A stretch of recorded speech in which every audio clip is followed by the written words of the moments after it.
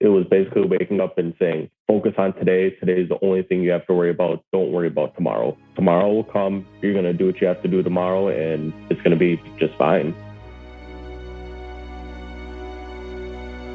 Hello, and welcome to the Rise Again podcast. My name is Dr. Peter Risenen, and I'm your host here at the Rise Again podcast. Now, we're on to season 2, and the thing about season 2 that's going to differentiate it from season 1 are the things that I've gone through in my life since we were doing season 1. We have recently fostered and adopted a newborn. I killed my first bull elk with my bow and arrow last fall, and I've gotten into fly fishing, as well as am now the medical director of a men's health and testosterone replacement business. This has all been majorly life-changing for me, and I'm super excited to share some of the journey with you guys through the Rise Again podcast. So I hope you guys get something out of this. If you guys love it, please rate it and review it, share it with your friends. Let's get this stuff out there. We're going to share some amazing guests, and I hope you guys really enjoy season 2 of the Rise Again podcast.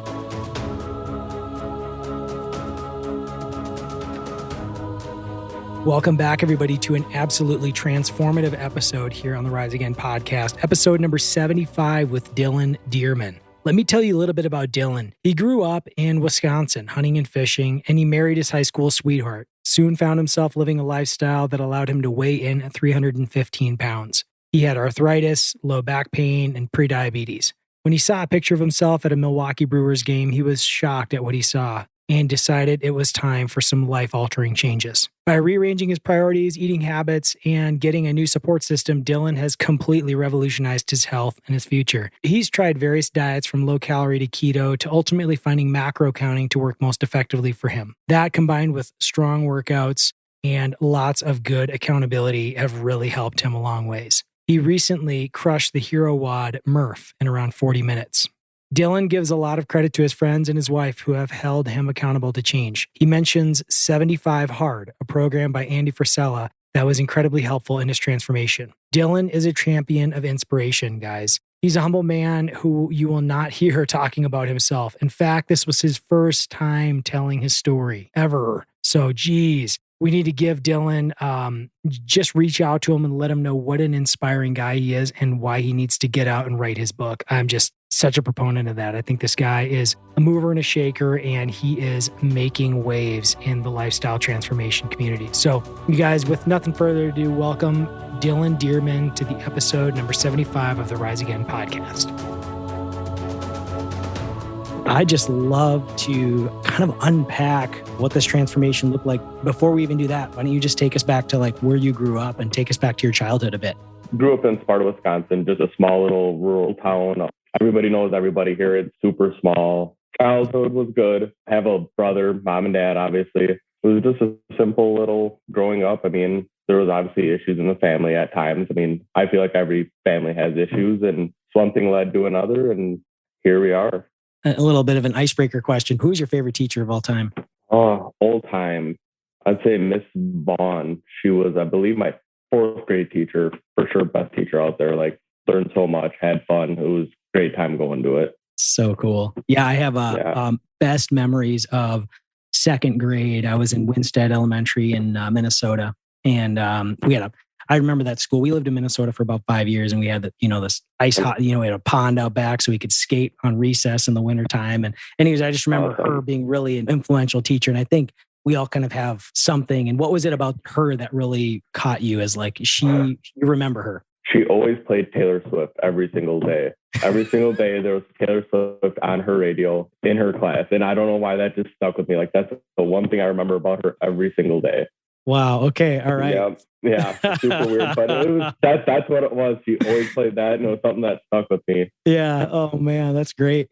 What were your hobbies growing up? What are the things you love to do? Wasn't too much into sports, honestly. Just hunting and fishing. Love that. Everything about it. Just being outside. Something me and my dad were super close. We did every single year together. Every single day. We'd go up to land, go hunting, plant food plots, check tree stands, go trout fishing on the creeks around here. It was all that. It was all the fun stuff. You have a river, right? Close by there where you're at? Mississippi River. Yep. Do you guys fish the Mississippi, or is it mostly trout fishing and stuff like that on the streams? I do a lot of trout fishing on the streams. Just small little stuff. I mean, we have plenty of small little creeks around here that we can go to, and pretty fun. Something about being secluded, not around a ton of people, just me and my dad, and being able to go do that with each other and spend that time with each other. That's really, really fun. I think for men, it's really important that we get the time with our dads, right? Yeah. And however we get it. Some guys work on cars together. Some guys hunt together. Mine was the same as yours in many ways. I mean, mine was fishing with my dad. Actually, we were just out on the Great Lakes yesterday, and we limited on our lake trout. So awesome, good deal. So, heck yeah! So it was just so much fun, to be able to spend that time. What did that time, when you think back to all the time that you've spent fishing with your dad,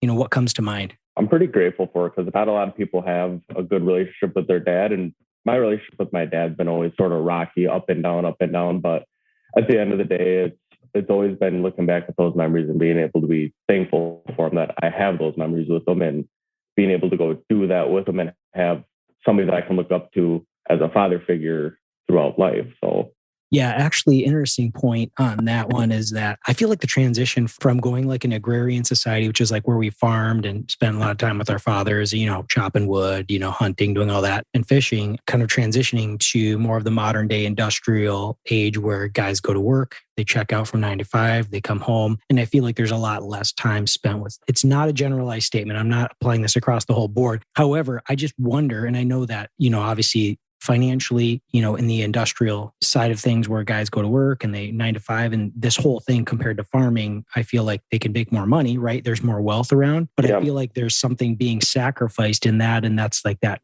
father-son time, because you'd have probably been farming with them in the fields or chopping wood next to them or milking cows or whatever else, And my dad grew up on a dairy farm with 15 siblings, and he just talks about, he worked alongside his dad his whole growing up. He's like, it was just a different life, Yep, for sure. I feel like a lot of kids right now are getting distanced and not getting that time in with their dad. And I think that's really hitting home for a lot of them. They're not having that father-son connection. They're not out hunting, fishing, just spending that quality time, even going to the backyard and throwing a football around or playing catch or anything like that. I feel like there's a lot of disconnection there. Do you have any idea where that comes from? I think a lot of it comes from being on the cell phone too much, honestly.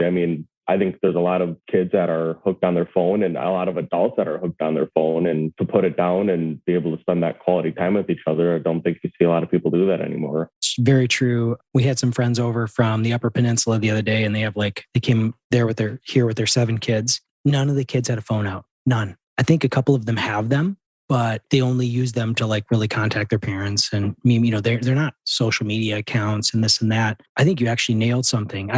Actually working out, I know you're a CrossFitter, so run it by you, but I was working out at a local box here in Washburn, and I was talking to the lady who owns it, and she's also a school counselor. And I was just saying, what do you think are, we were talking about problems, with kids in school and stuff like that. And she said, the main thing that I'm really noticing is that I wish that we just stuck with pencil and paper until kids were like in 6th grade, because they're starting kids on electronics pretty early. It doesn't take more than 10 minutes for a kid to seemingly learn how to use a phone, so you don't need to train them. Exactly. I think they watch your moves enough to where they know, hey, this is the passcode for it. This is how I get to this. This is how I get to that. This is how you do that. So. And another interesting thing this morning, the exact thing you just said earlier about the lack of parent-child interaction with phones and whatnot. My little boy woke up at 4:45. So, he's just over a year old. And so I got up with him this morning, and he's playing with stuff, and I found myself drifting to my phone. I was like, oh my gosh, and it's not normal for me. I want to be real present with him and just be playing with him in the morning. And I drift to my phone, and I'm like, what am I doing? I'm like, he's looking at me. I'm like, he's learning now as a 1-year-old that I do not want him to think that dad gives preference to his cell phone over my playing with me. Yep, for sure. So what's the answer? What would your answer be? If you guys have kids? No, we do not. Oh. Okay. So if you did, what would you do? What do you think would be a good advice for parents in this situation? I don't really know. Actually, me and my wife just talked about, because I get bad. Like, I get home from work. My wife works from home right now. We make supper. We do the dishes. We do whatever we do. We come home and we sit on the couch at night for a little bit and wind down. And I'll find myself glued to my phone at times. And it's like, you're spending more time on your phone than communicating, talking to your wife that's sitting right next to you. It's like, you need to get a grip on something here, because you're ignoring her one. So that's going to sort of crumble the relationship because you're not paying attention, not talking about your day, so on and so forth. But I guess I really don't know the answer. We need to wind back on that. You've got a lot of wisdom, and we're even going to get into more of the transformational stuff in different aspects. But I think the thing that would be important, actually, one of the things that counselor had said at CrossFit is she said that kids at school now, they put their phones in a box when they go into the classroom. They check it into a cubby. They're not allowed at this school. They're not allowed to bring them into the classroom right now and use them. And I think that might even be something that we could apply to today, where we come home, we check our phone in, we put it on the charger. And if we need to, we set a time and just go, I'll check my phone between, for 10 minutes between this time. And I think it's just setting appropriate boundaries around it is really what I'm trying to say. And we as adults, we teach kids that, but we need to do that for ourselves as well. For sure. So growing up in Wisconsin and hunting, fishing, doing a lot of spending that quality time with your pops, really cool. You said siblings? Yep. I have one little brother. How much younger is he than you? 4 years. Were you close to him, or do you spend a lot of time with them? Or No.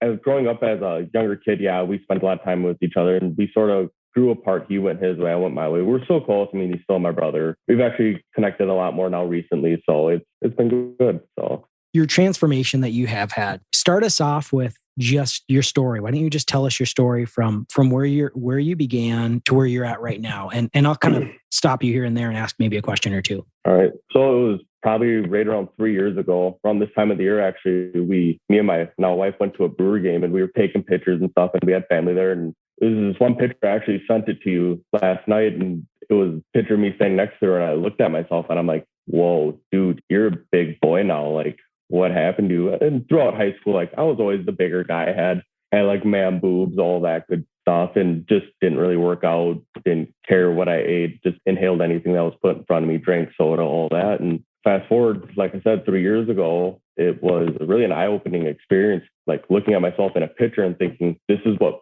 how people see you. Like, this is your body. You have one body, one pretty much life. Like, you need to take care of yourself. It was hard because being 315 pounds, like, I love hunting. Although, if you know anything about around here, like, anything around here is hills. So you have to walk up hills to go hunting. Like, I barely make it 50 yards up the hill and I'd be winded, like absolutely winded. Couldn't make it up a hill. Couldn't do what I love to do anymore. So that was a big eye opener. So after that, I scheduled a doctor's appointment and went and seen a doctor, and they're like, yeah, you're 315 pounds-ish. You're pre-diabetic at 24 years old. You need to get your life together. Fast forward from there, about a year later, I sort of took some steps, didn't take them seriously at all. Just cut back on what I ate a little bit here and there, didn't start exercising. Went from about 315 to 280. Thought I was making good progress. Really wasn't. And Anthony came to me and he goes, dude, we need to start working out. We need to start doing this, and this. Running's a good thing. Like, I'm sure you like running. We can get you into running, get you into lifting, and sort of snowballed from there. Working out with him every Saturday pretty much is great. We push each other. We strive off each other. Like, you're going to do this many push-ups. Okay, I'm going to do 5 more than you do during this set. So get it. I really started taking my fitness and health seriously up until last year. And last year was the big year for me where I lost a ton of weight and really packed the pounds off and started gaining muscle and gaining confidence in myself and being able to do the things I really like to do and go from there. So was there anything there that kind of pushed you, that gave that extra spark over the past year? Actually, this September, I'm going out west on a spot and stock mule deer and antelope hunt. And I want to be able to say, I can do this. I can do whatever I want. I'm going to be able to go farther and not have to give up halfway through a spot and stock because you can't do it. Like, you're physically, mentally drained. You can't do it. So that was a big one. And basically, I mean, so I'm able to live life. I mean, 280, 250 pounds. I mean, that's not terrible, but I wasn't optimizing my life. I wasn't optimizing my body, being able to do what I wanted to do. Was your father an archer? Yep. He's the one that got me into hunting. I mean, started off as a little guy, pulling back a little bow and doing all that and being able to do that. So sweet. In the Midwest, I mean, it's like you guys are just deer fanatics out here. Got a lot of good country for it. That's for sure. They're everywhere. I'm like, they're like rabbits out here. You know what I mean? I mean, not the big bucks, but I've seen does everywhere out here. Everywhere. Yep. That's for sure. I mean, maybe JP Penscover. I don't know, a friend of Anthony. Yep. Anthony as well. Yeah. So he and I spent a little bit of time at elk camp together, and it's just how the whole circle worked. Me meeting Anthony and then you. But yeah, elk up here is like a big deal. And I'm actually in Wisconsin right now on vacation, but whenever you make it to Arizona, which is where I'm from, if you ever want to come up and, oh dude, it'd be so great to have you at elk hunting up there. It'd be just phenomenal. Yeah, that'd be fun for sure. So the big thing is you got drawn for this hunt. Where did you say the hunt is? Buffalo, South Dakota. Okay, South Dakota. So on our way up here to Wisconsin, we went through New Mexico, then we went up through Colorado. And then as we went from Colorado into Wyoming and the Dakotas, antelope all over the place. So, I mean, it doesn't mean they're all going to be hanging out for you on opening day. Yep, exactly. Exactly. That's usually how it goes. I went out there 2 years ago and it wasn't spot stock. We were sitting in a blind, but I mean, you'd be glassing and you'd be seeing them 1,000 yards away. I mean, just packs of them. And it's a good time out there. I'm really excited. I'm actually going with Anthony, so it'll be a good time, be fun. You're a bow tech, right? Yep. Okay. I'm a bow technician for lacrosse archery. And then my full-time job is I work at Fort McCoy. What do you do at Fort McCoy? Supply. Okay. That is the connection because Anthony owns a lacrosse archery. Yep. Okay. So one of the owners. So you and Anthony are besties. That's cool. I actually started for them probably getting close to 10 years ago. So, yep. He's being able to see this whole transformation and started off there with a 3XL work shirt. And I'm actually just ordered some mediums.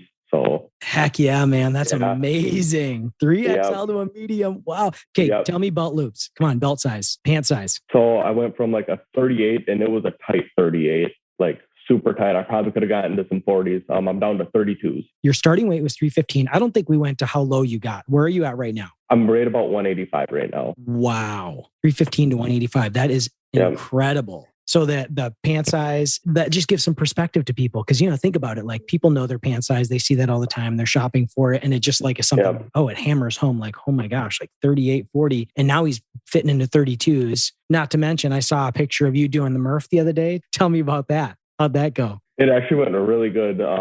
Anthony has a will and a way over me. Like he can get me to do anything. So he texts me and goes, we're doing the Murph Memorial Day, meet at my house at this time. I'm like, I knew what the Murph was, but I didn't know the intensity and like what all went into it. And it was sort of, it was at Eupraxia in downtown La Crosse and it started at your own time. So we get there and there's, I'd say roughly 30 to 40 people and they're just sweaty, just hammering out pull-ups, push-ups, air squats, running their miles. And I'm like, what did I get myself into? Got into a groove and crushed it. It was absolutely awesome. Wow. So for those who don't know, why don't you explain what the Murph is? I've never talked about it on the podcast. I forget who it's for. Lieutenant Michael Murphy, who died in Operation Red Wing. Yep. So you start off running a mile, then 100 pull-ups, 200 push-ups, and 300 air squats, and then run another mile. And it's for a time. So hammer it out, go as hard as you can, as fast as you can. Don't stop. I did it too. I was dropping in a place in in North Dakota, and was able to get it. I've been back into CrossFit for about 4 months now, but I didn't do it with a weighted vest, but I was very happy to have done it. I was like, that was my goal. It's like next year I'll pop the weighted vest on. I got this picture of you hauling in your Mountain Ops shirt, with your sleeves cut off, rocking. Was that the Murph Day? Yep, that was Murph Day. Heck yeah, I love it, man. Yeah. And what was your time? We all set our own times and stuff so that we can improve ourselves. It's not for comparing you against anybody else. I want to say it was right around 40-ish minutes. I'm not sure. Anthony has the time. I haven't really asked what the time was, but right around 40 minutes. Beast. I did mine in 50. Yep. Wow, that's incredible. It could have been 45 to 50, but I was going to say right around there. Cool. Challenge for you, actually, 7:30 on July 4th, we're doing another Murph. Wow. Yep, me and Anthony and a few guys from the shop. So challenge you, get out there and do another one. All right. Okay. Done. Let's do it. I'm happy to participate. Someone I know from CrossFit in Scottsdale, Arizona was telling me that one of their friends actually trains. And for like the months prior, like for 3 or 4 months prior, he does one every week. He was down to like 32 minutes or something with a weighted vest. I was just like, that's just beast mode, or something like it was just wild timing. Yeah. But he's a big fit guy, obviously really into that workout very specifically. Think about that. You're running a mile. Okay. You couldn't even dream of probably running a mile without, just running a mile. when you were 315. Yeah. You crushed this. What are you running miles in now? So me and Anthony just did a 5-mile run. I was going to say it's about 2 weeks ago, and we did 5 miles, and I averaged a 7:57 pace. So, yep, super cool. I mean, before it was probably a 15 average pace. Unreal. So, some of the big question I have for you is, so there's obviously a mindset shift that goes on with a big transformation in someone's life like this. Yeah, there's some motivations and different things, but motivation gets you started, but it doesn't keep you going. You know, It's kind of one of those things. It's like, okay, what's going to keep me going and persevere with this goal? I mean, what were some of the things that you were thinking about as you're going through this process? Because I'm sure you hit some snags. You start at 315, you go down to 280. You kind of like, okay, well, I thought I was doing good at 280, but whatever. Why don't you tell us about the big bumps in the road on that journey? Because people, I think, get inspired by people who achieve transformation, but also who overcome significant obstacles. I'm sure this was not smooth sailing for you. It's really hard because like in the summertime, you're always doing something. A lot of family cookouts, grill outs, all that. So that was a really hard one for me. I love my food, love eating. I love everything about it. So that was a big one for me, is just being able to wind back on how much I eat, what I'm eating, making better choices of what I'm going to eat throughout the day. That was my probably biggest one. Getting up, working out. I mean, that's all fun to me now. That's great. I know it's not like that for everybody, but you do it for long enough and you see this progress, and it's not always the big progress that you're going to see and notice. It's the small wins, like losing 5 pounds. You're not going to see it at first, but 5 pounds adds up to 20. You're going to see some sort of change. And that's the big thing to strive off, is the small changes for sure. So looking for the small incremental changes. I mean, and like you said, they're almost unnoticeable. You know what I mean? And it's the same with putting on weight. Did you have any moments where you started packing a few pounds back on? Yep. So I went from about 230 pounds to 210 in a matter of probably 2 months. I just sort of let myself go. Towards middle of the summertime, eating, having fun, doing my stuff. And before you know it, I was back at 230 again. And I'm like, that was 20 pounds in like 2 months. I'm like, okay, so it's time to lock back in, get going again. And not that you have to eat healthy or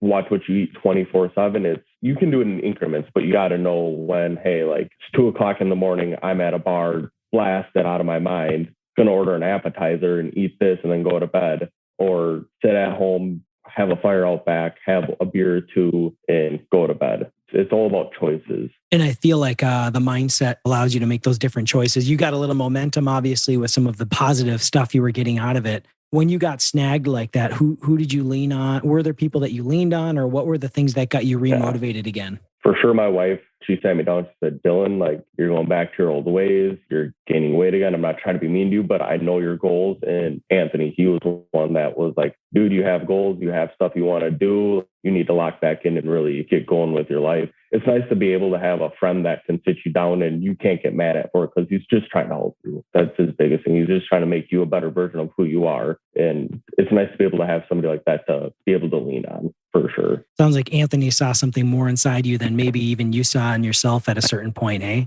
Yeah, he's been like that for me for probably, I've known him for 10 years. For the last, for sure, 6 to 7, he's been one that, dude, you got more inside of you. You got more, keep going. And it's not even about fitness, just mental health, being a better husband, a better person in myself, totally. It's amazing. Those are the best friends to have, the ones who can look out for you. It doesn't have to do with them, and they just want, they put it on the table, and they kind of risking them throwing themselves out there, right? To really just give you a wake-up call.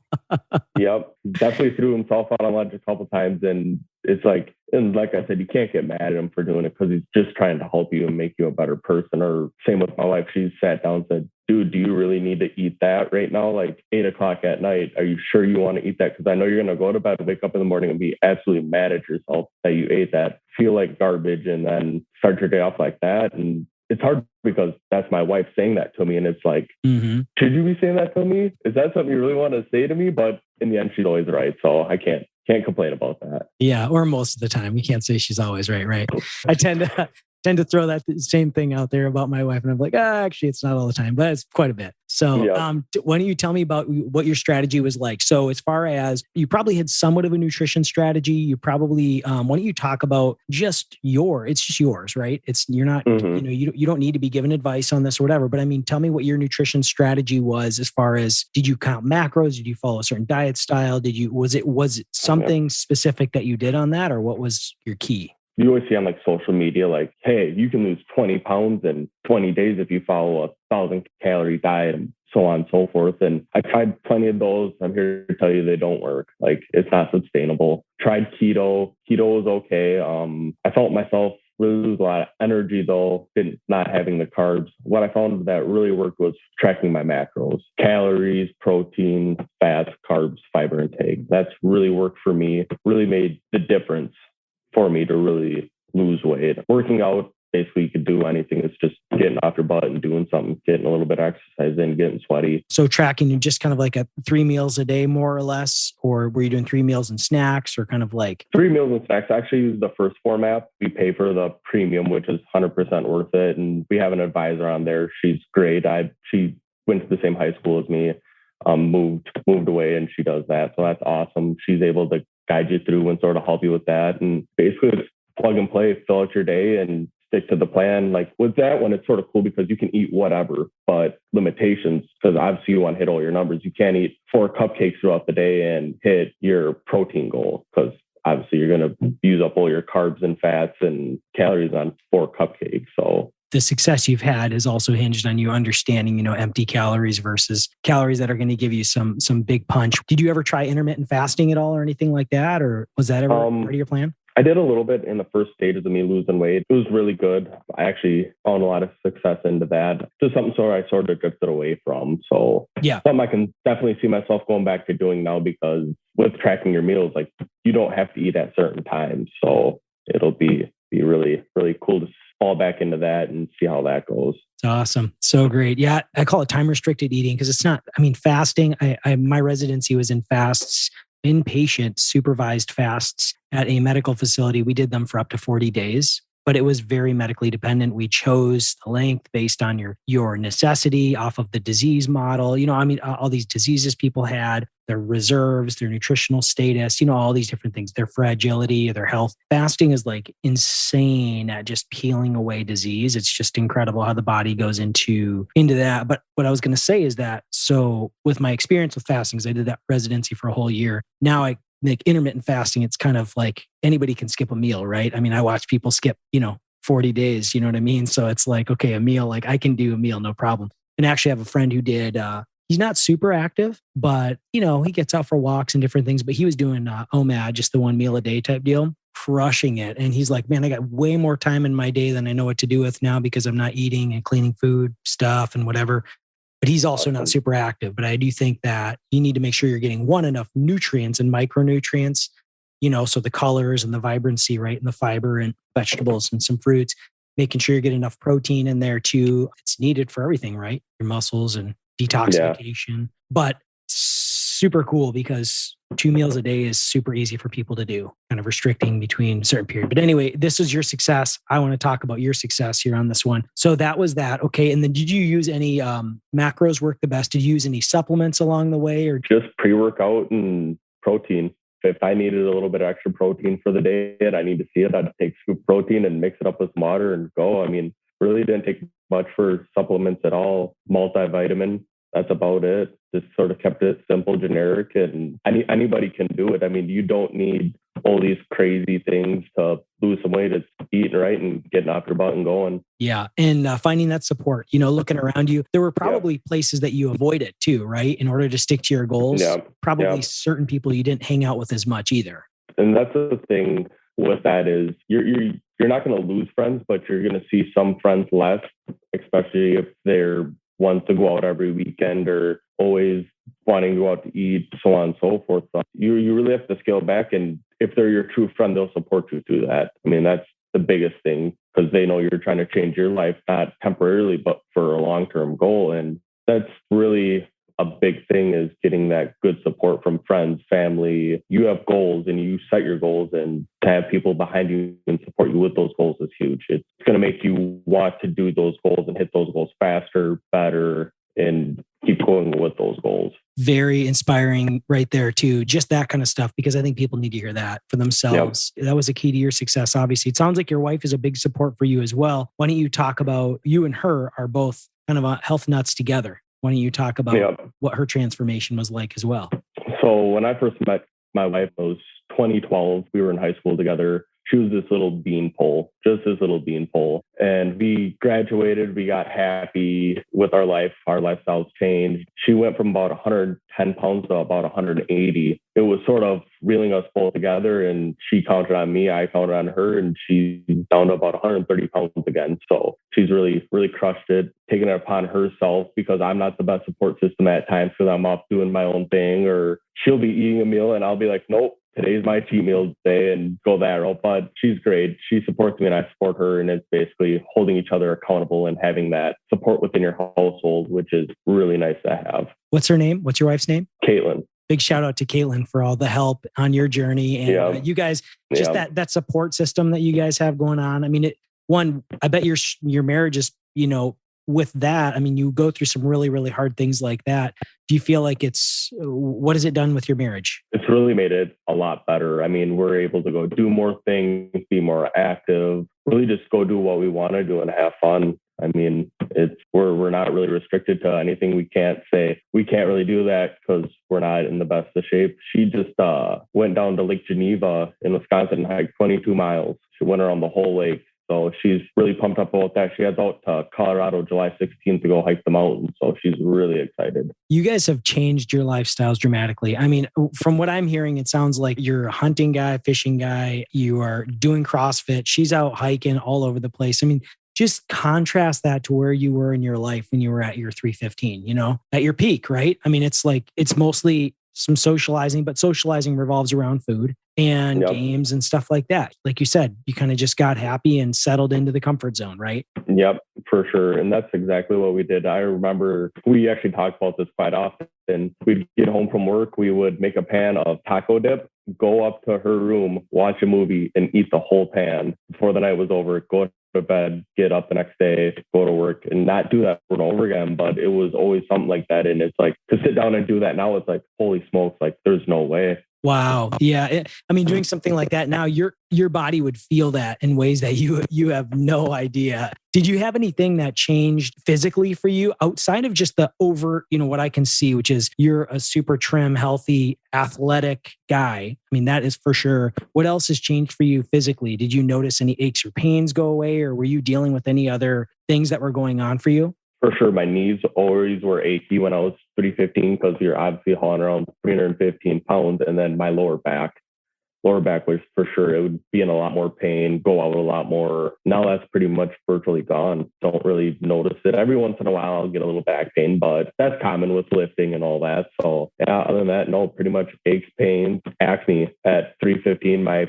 face was covered with acne. Now I get a zit here, there, acne here, there, but it's not like it was before at all. Skin really cleared up. Wow. People always love to hear if you had kind of a little known fact about your journey, something that you did on the, every Friday night you had whatever. It sounds like you had a cheat meal day or whatever, but was there anything else that really helped you kind of get through and to keep your mind on the prize without feeling like you were totally just depriving yourself? Every Saturday morning, I usually work at lacrosse archery on Saturday, and every Saturday I'd get up and I'd go to lacrosse, and me and Anthony would go hit a workout together. That was one thing that was sort of I'd look forward to every week is, all right, it's Saturday, I'm going to get up, go hit a workout with him. And I always knew it was going to be an intense workout because he pushes me, I push him, just go together. And yeah, always super fun that way. Think about the people around you who look forward to going out on date night or on Friday or whatever, because they get to go eat food at a restaurant. And here I'm talking to Dylan, and Dylan's talking about looking forward to Saturday morning workout.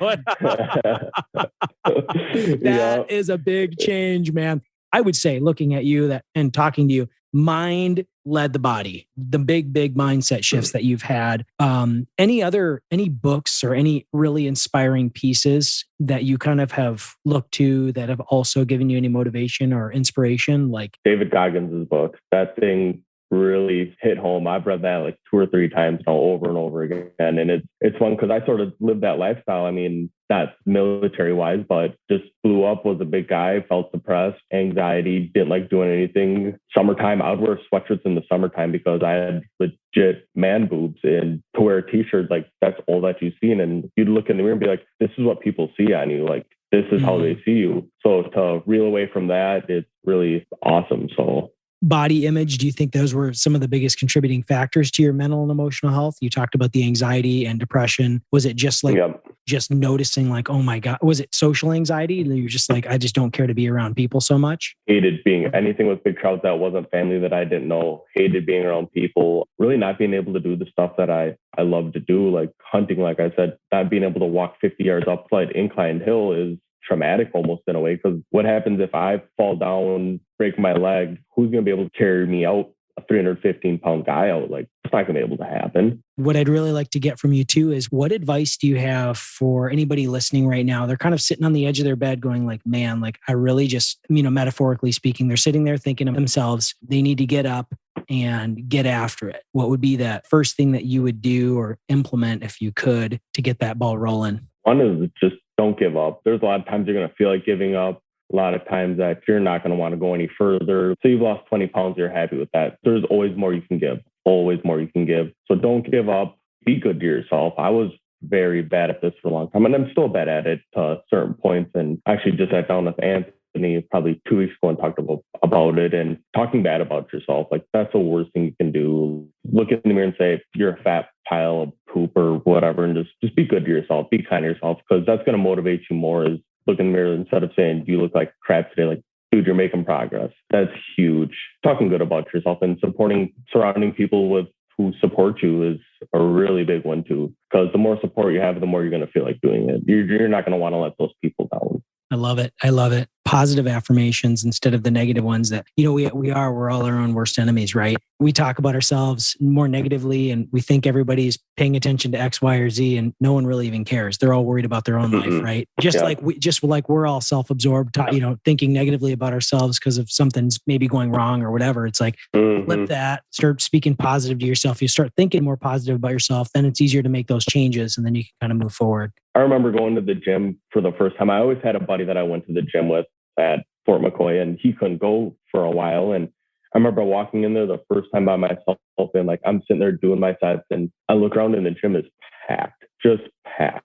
And I'm like, they're all staring at me. They are all staring at me. They have to be all staring at me. I packed up my stuff and left. And I called them the next day. I'm like, dude, I had to leave the gym last night mid workout because everybody was staring at me. And he said, you are the dumbest person alive right now. He goes, do you think they care about what you're doing there? No, like they're happy you're there making your changes, doing what you need to do, and making yourself a better person. They're focused on their sets, their reps, their workout right now. They're not giving a flying hoot about what you're doing in there. So that's the biggest thing too, is not caring, one, what other people think, and two, if you get that anxiety of people are watching, they're not watching you. They don't care about what you're doing. If anything, maybe they're looking at you because you're doing a wrong form or something. They're going to come over and tap you on the shoulder and say, hey man, this is just a little tip that I noticed that could help you out. But they're not watching you. They don't care what you're doing in there, as long as you're doing something that's bettering yourself. It is a good thing to remember. People are, just knowing that people are very into what's going on for them. There may be a few people who mutter under their breath, but I find that the people who talk negatively about other people have the biggest amount of self-chatter going on as well. They're usually thinking pretty negatively of themselves. So it's easier to tear down another building instead of building your building taller, right? To be the tallest building. Yep. They're busy tearing other people down. You know what? When you start doing things and you start standing up for yourself and you start creating those boundaries, healthy boundaries and whatnot, the big thing is that there's just going to be people who you're not going to be good friends with. They're going to go the other way. And you know what? That's okay. You're not supposed to try to please everybody. So you know what? The people who want you to come out and you're not able to go out, if that friendship fades away, well, you know what? It was there for a season. Or if there are people who are talking negatively about you or whatever because of what you're trying to accomplish, maybe they're just jealous. You're actually a man on a mission. Exactly. And you're going to see that, because I can definitely say there's friendships that definitely faded away. We're still friends. We just don't do as much because they have their path. I have mine. I mean, it happens. And Well, your hobbies, right? I mean, look, you're into fitness and whatever else. They're probably, a lot of people are still going to be doing the same things that they were into, right? So exactly. Naturally, they're going to diverge a bit. Yeah. So a question I had for you is, so when's the book coming out? So there probably won't be a book. Honestly, you're the first person that I've ever talked to about this. Like, I've always been super self-conscious about my body, about my past and all that. And you're the first person that I've really talked to about it and got sat down and broken me out of my comfort zone and my shell. I'm sure you can definitely tell that, but dude, you look so relaxed. I would never know, Dylan. Absolutely not. No. It's a good feeling to know that I'm finally getting to where I want to be and all that, and finally having that self-confidence in yourself of saying, hey, like, you did it, you're still doing it, and you're going to keep doing it to where there's really no end to it. I mean, yeah, I could stop losing weight and stop gaining muscle, but there's never going to be an end to it. You always got to keep up on your fitness and keep up on your health. And that's the best part about it, is there's no end goal. It continues. It's a daily thing, right? You just have to commit for today. Yep. You can't commit for tomorrow. None of us know if we're going to be here tomorrow, right? Or the day after. No. I have one friend who this really hit home for me when we were recording a podcast a long time ago. And he goes, you know what? Someday I'm going to get loaded and I'm going to die. He's talking about using drugs. He's in recovery. And he said, someday I'm going to get loaded and I'm going to die. But you know what? It's not today. And he goes, and you know what? I tell myself that every single day. That may sound scary to some people because they're like, oh my gosh, like he might do that someday. It's like, none of us knows what we're capable of doing and the negative that we're capable of doing to ourselves, right? Exactly. And on a lesser scale of that, when I did 75 hard, that was my mentality. Every day I woke up and it's like, I just got to make it through today. And the 75 hard was such a mental thing for me. Just getting in the same routine, making sure you get that gallon of water, read your 10 pages of the book, hit your 2 workouts. I mean, there was times I was doing workouts at 10 o'clock at night because my day was jam-packed full, and that's the time that I had available. And it was basically waking up and saying, focus on today. Today is the only thing you have to worry about. Don't worry about tomorrow. Tomorrow will come. You're going to do what you have to do tomorrow, and it's going to be just fine. So inspiring, Dylan. One thing we didn't talk about was that you said 75 hard. Yep. Tell us about that. How did you find out about it, and where do people find out more about that? That's obviously something that you used as a part of to inspire you on this and to keep you on track. Yep. So it's an Andy Frisella program that he came out with. It's 2 workouts a day, 45 minutes apiece. One has to be outdoors, so you get that good vitamin D and get that outsideness. Drink a gallon of water, read 10 pages, take a progress picture each day. And I can't remember if you need 8 hours of sleep. I can't remember if that was one of them, but that's something I definitely recommend. And that was a really tough one for me, the whole challenge, because I was going to start it May-ish time period. And this was in March. And I texted Anthony, I'm like, hey, come May, do you want to do 75 hard again? Because he's already did it one previous time. And he goes, no, not right now, but don't wait. Start it tomorrow. So started it the next day. And that was tough because you go outside, do your 45-minute workout, and it's snowing. It's like... It sort of demoralizes you a little bit. It's like, do I really want to do this when it's 20 degrees and whipping snow around? And I did it. And if I can do it, anybody can do it, because I'm one that will be, sometimes will just be like, nope, throw my hands in the air, like, done, not doing it. And that one was really good for me because I lost a lot of that. Like, nope, not doing it. It is what it is. That one was really all mental and really helped me with that. Incredible. So 75 hard, Andy Frisella's program. I'll definitely put a link. Is it a book? Is that a website or a program that he's got on his website? Do you know? It's a program that he has on his website. He does have a book with it. I recommend getting the book. It's a good book. I believe you can find it on First Form also. That's his other company that sort of ties into that. Okay, perfect. I'll put some links to First Form, Andy Frisella's work in there too. I have to tell you, though, there's your story. I'd like you to consider it, at least toss it around. The book idea, you don't need to, you marinate on it. There needs to be some time. There needs to kind of be not really a strategy so much with it, but I think that there would be something that you could do there to really, really help people and motivate people with maybe a specific angle on it. Your story is so motivating that you get up and you give a speech about what you did. And all this, I mean, you're going to have standing ovations. These are people who are going to want that change. What do you think it is that you did? I guess I think this is what I'm thinking. I'm thinking that the work that you put in is what most people dream of doing, but it's so uncomfortable that they're not willing to do it. Yeah, there was a lot of uncomfortable days. A lot of days that I woke up super sore from the previous day's workout, didn't want to do the workout that day. A lot of days that I just didn't want to eat healthy. Like every once in a while we'll have a bum Sunday and we'll sit around and just clean up the house and sort of veg around and do all that. And there's a lot of days where I wanted to just pop a pizza in the oven and eat a full pizza, but it's just the point of keeping going and doing what you got to do. You're inspiring, Dylan. I have to thank you so much for sharing your story. Is there any last words you'd like to leave with people? I think you gave some amazing advice. Anything that you want to leave with people? You know, you obviously already said, don't wait, get started. Yeah, start tomorrow and be kind to yourself. That's the biggest thing. You're going to be a lot of days where you look in the mirror and have bad things to say about yourself, but be kind to yourself. That's the biggest thing, because the better you are to yourself, the better off you're going to be. That's for sure. Awesome, man. It's been so fun to be able to sit down with you and for you to comfortably share your story. You look so relaxed there telling this. So I'm like, definitely not relaxed. I'm sure I stumbled over my words a few times, but hopefully I got the message across. Yeah, you did. One of the last things you said was start tomorrow. And I think you really meant start today. So there's that piece. Just really want to thank you for sharing your story. I mean, really neat to have somebody share their story for the first time. I do think that as you continue this journey, I would continue posting if I were you, and just writing about your experiences that you've had. I would document those. There could possibly be a day where you're like, you know what? I want to share this mainly for the inspiration of other people, because you're a very inspiring person with what you've done. Really excited that you were able to share the story on the podcast today. So thanks so much, Dylan. No, thank you. Appreciate it. It was a good time. Glad we did it. Yeah, I'm glad we did too. So how does it feel now that it's out there? It feels good. It's definitely bittersweet because obviously the progress, but like I said, there's always more to do. You just got to keep going. One thing that came up for me when you were like, oh man, I haven't really shared my story yet.